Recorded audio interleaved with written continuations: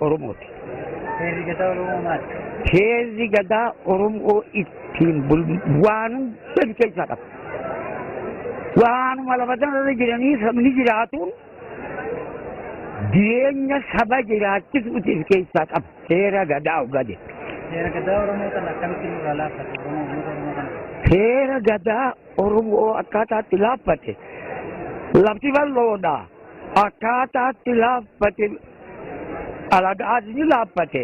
Afrikaa qofa Afrikaarraa ka'ee san jalaan wal qabatee Oromoonis kophaa hin kufne Afrikaa wajji waan ta'eef achiin laafee jechuudha. Mee akkamitti deeffachuu dandeenya? Fayyaada duraanuu namni waa gaafatu akkamuma kufe akkami kufe jedheen nama gaafata. Har'a immoo saniifuu galatoomaa akkamitti deeffanna jechuu keessaniifuu ijoollee jajjabduu har'a waan gaafate hoggaan jiru gammachuufaafuu waan himuun hin beekne malee akkatti deeffannu jedhee hoggaana gaafate iftahuudhaani deeffanna. Iftaanaan waltaanaan abbaa waan ifiiti taanaa karaan deeffachuu kana. Kana akkasittiin yoo kan deemsan barnoota ni barsiisa dhaabbanni kuni. Ni barsiisu seera gadaa Oromoo kana keessaa barsiisa. Namni hundi sirna gadaa jedhee deema. Sirni gadaa kun namni hundi beekuu danda'a. Eenyu harka jira wanni dhaloota? Namni hundi akkamitti beekuu danda'a? Beekaan durii jira. Bakka beekaan waatti hambifate bakka beekaan waatti hambise guyyaa akkanaa deebiin oollu. Bakka kana waan kana qabii. Dhaloota gaafasiitiin gaidanii waan na biratti himanii jira. Waan natti himanii jira jechuudha. Kan guyyaan itti dhufee amma dhaloota kanatti himuudhaaf akkumaan itti himutti takka takkaaniin hima. Dhiiroo jaalatu wanni kun dhugaa. Wanni kun tanuma Harargee qofa. Wanni sun tanuma Baalee qofa.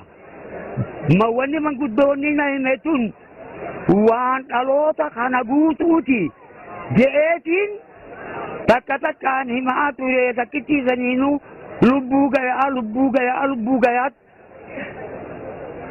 horiin kanuma shimmii atirraa guurtu hidhiisaa miire saniif jecha anaa waan isaanii himu kana kan ajjeesuuf naannawa.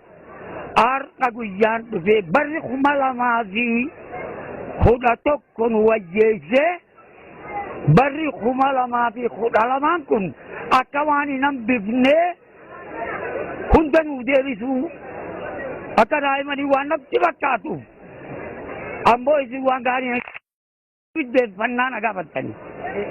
Bakka hundarraa yeroo nama hundatu dhaloota hundatu irratti hirmaate hiikaa maalii qaba kun tokkummaa Oromoo? Heerri gadaa kun namni heera gadaa ja'a. Uummata Oromootiif hiikaa maalii qabaa naan jette?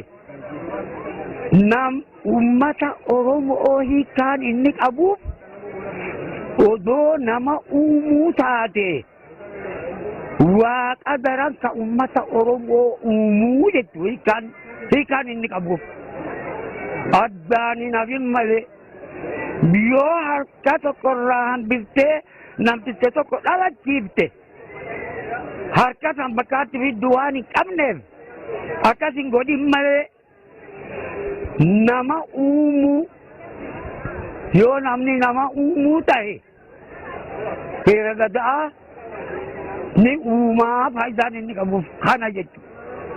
Uummata Oromooti. Mee amma guyyaan har'aa kun guyyaa 19 irreessa dhufu kana hora Finfinneetitti waggaa 150 booda namni irreeffachuuf baay'ee. Kana hoo maal jettu?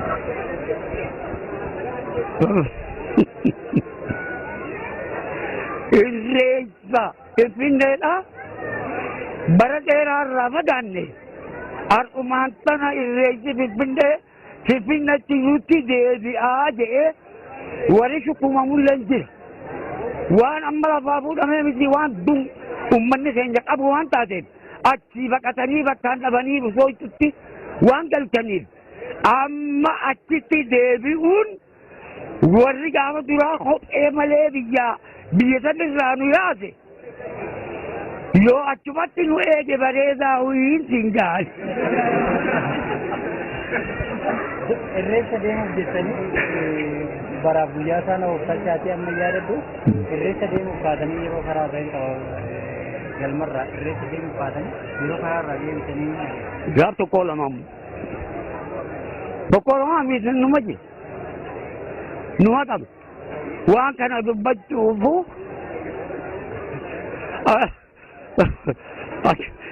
namni if beekee waan fi beekee waan hambaa beekuuf beekaa tahaa miire nama if hin beekne waan if hin beekne kanuma waan namaa beekee ani beekaadhaa jiru amma namticha makiinaa oofuu hin beekne qulfiitti kenni gadaatti eegee nuun deebii yoo jedhaniin eessa nama geessa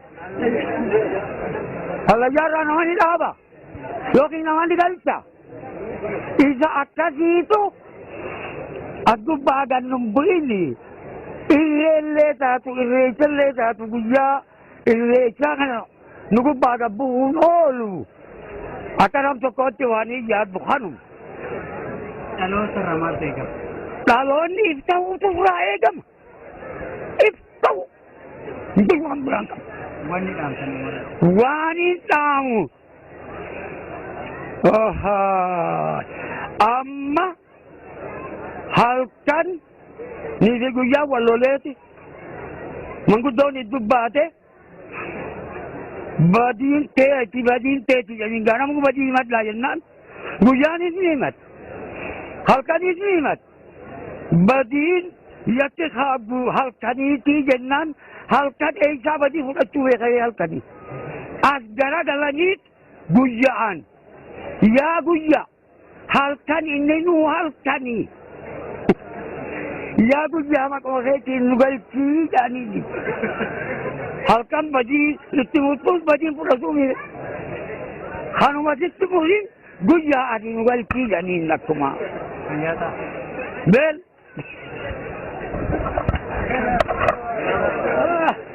awoo galatooma waan gaarii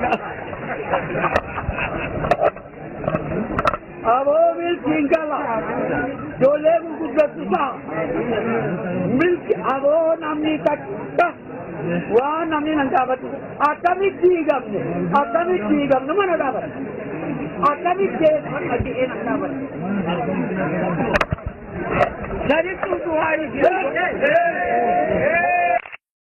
dhagee na gaafatu